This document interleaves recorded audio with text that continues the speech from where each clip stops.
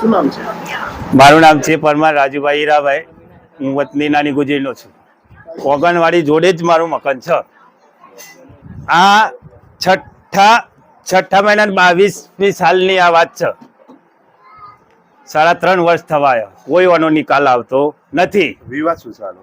એક જ વિવાદ કે અમારા ગામની બંનેમાંથી એક બેન જોઈએ, ચાહે પછી તેડાગર હોય, કાર્યકર હોય, અમારો બીજો કોઈ વિવાદ નથી. 3 વર્ષ વીતવા છતાં પણ નિકાલ નહીં થયો. 3 વર્ષ અમે થાકી ગયા, ફરતા બધા અરજીઓ મોકલીને થાકી ગયા, બધા રજૂઆત કરીને થાકી ગયા, પણ કોઈ કાર્યવાહી નહીં. એક વખત તો પછી અમને પોલીસ બોલાવી અને આખા ગામવાળાને ધમકી આપી દીધી, એટલે અમે થોડા ઢીલા પડ્યા.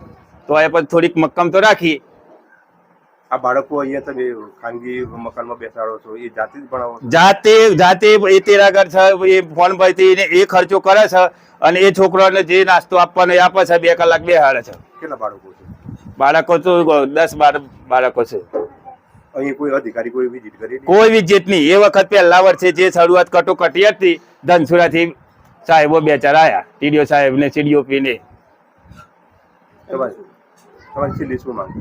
અમારે છેલ્લી બંનેમાંથી એક ગમે તે મહિલા લેવા જોઈએ. જો સુધી મહિલા નહીં લેવા તો સુધી અમે બાળક આખા ગામ એક જ તરફથી એક બાળક નથી મોકલવાના. જો સુધી અમારો જવાબ ના મળે તો સુધી અમે નથી મોકલવાના. નેતાઓનું કોઈ કરેલું?